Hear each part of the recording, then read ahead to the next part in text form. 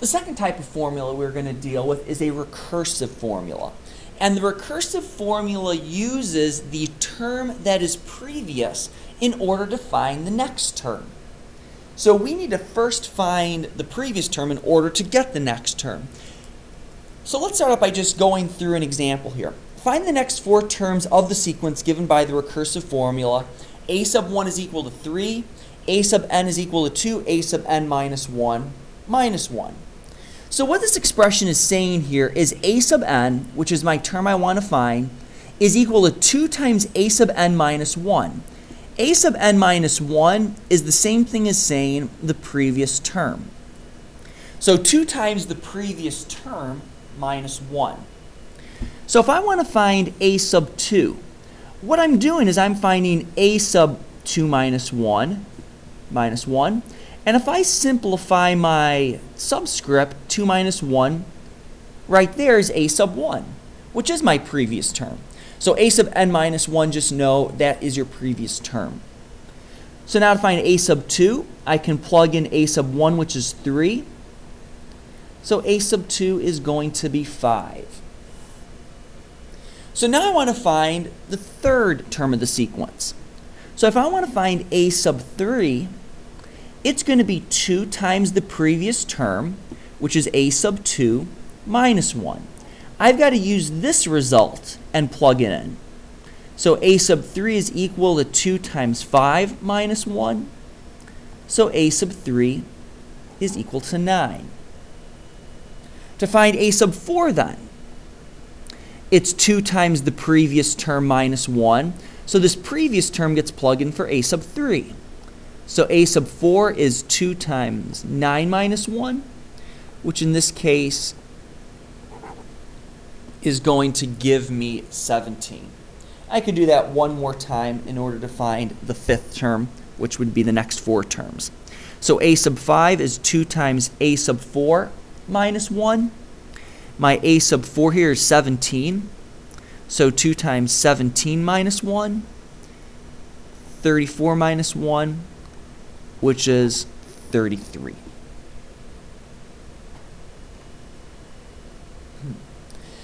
The next piece that we want to do is we want to find an explicit formula for the sequence defined by the recursive formula.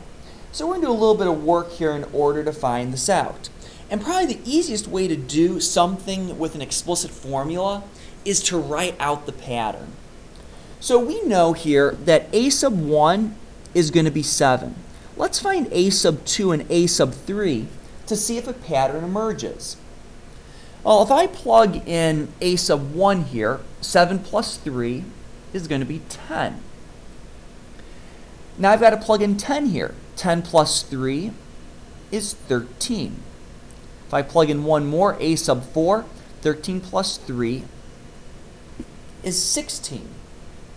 So the relationship that I have is I'm always adding 3 to my term. So there's a couple of ways that I can go about writing this. The first is with a relationship of 3n. So if I'm going to write an explicit formula here, a sub n, I can see the difference between each of these is 3n. But there's also one additional piece that I need. If I were to plug in 1 here, I can see my first term is not 1, it's 4. So I need an additional 4 terms, or 4 pieces, in order to complete that relationship. Same thing here. If I were to plug in 2 for n, I need to come up with 10. But 3 times 2 here is just 6. I'm 4 off. Same thing with the third term. If I plug in 3 here, 3 times 3 is 9. My third term needs to be 13. So the way I fix that is I put a 4 in front. 4 plus 3n is going to be the relationship.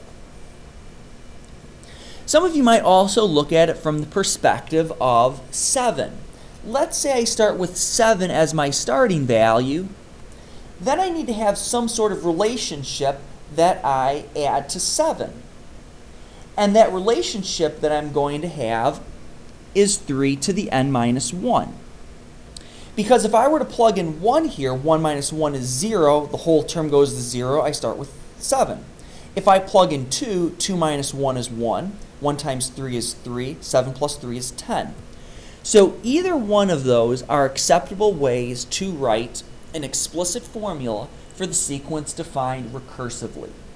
There is no easy way for me to always say, here is the way you come up with a recursive formula or an explicit formula. You sometimes just need to look at the pattern and then work through it logically. So the last two we've got here, finding a recursive formula for the sequence.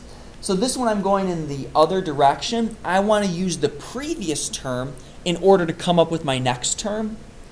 So here if I look at all these, 21 to 17 is I'm subtracting 4, 17 to 13 I'm subtracting 4, 13 to 9 I'm subtracting 4. So the relationship is I take my previous value and I subtract 4. So a sub n is always equal to the previous value, and we said the previous value is written as a sub n minus 1, and then we're subtracting 4. So previous value minus 4 is the recursive relationship for this. The second one that I look at, 10 to 12, I'm going up by 2. 12 to 16, I'm going up by 4. 16 to 22, I'm going up by 6. So I need to find a relationship that's a sub n is equal to a sub n minus 1, which is the previous term. Now, how does everything change from the previous term? And there's two ways that we can write it, sort of very similar to what we had up here. The first way that I could write this is I can look at my term and I can say, okay, from the first to the second term I'm increasing by 2, second to third term I'm increasing by 4. So if I'm looking at term 1, I'm increasing by 2. If I'm looking at term 2, I'm then increasing by 4. Term 3, I'm increasing by 6. So the relationship that I have right there is 2n minus 2. So for my first term, I'm increasing by 2 to get to the second term. Then I'm increasing by 4, then I'm increasing by 6. And you might say, well, what do I have right there? And really, it's the pattern that we see, this plus 2, plus 4, plus 6, every single time. So really when I'm at my first term right here, if I plug in a 1, 2 times 1 minus 2 is 0. There's no change because I'm starting at my first term. But if I plug in 2 as being my second term here, to get from my first to my second, 2 times n is 4, subtracting 2, which is 2. So then I plug in n is equal to 3, which is the third term. So 2 times 3 is 6, minus 2 is 4, which is my change in it. I look at my fourth term. 2 times 4 is 8, minus 2 is 6. That's the change in it. So that piece, I'm looking at the change in between my terms, since I've already taken care of my previous term in that beginning part. The other way I could write this then is I could factor out a 2. Either one of those relationships are fine for this recursive formula. So the biggest thing is coming up with a pattern and then finding the relationship from that pattern. For the most part, you're always going to start with the recursive formula as a sub n equaling a sub n minus 1, and then you're either going to multiply by something, you'll add or subtract by something, or have a combination of the two. So your general format you'll always use for these is a sub n is equal to something, a sub n minus 1, plus or minus something. So that's sort of like the general form you want to look at. These ones we didn't multiply by anything in front. But if you saw something increase quickly, you might have like a 4 or a 5 in front of that. But you'll always have the a sub n on the left and your a sub n minus 1 on the right.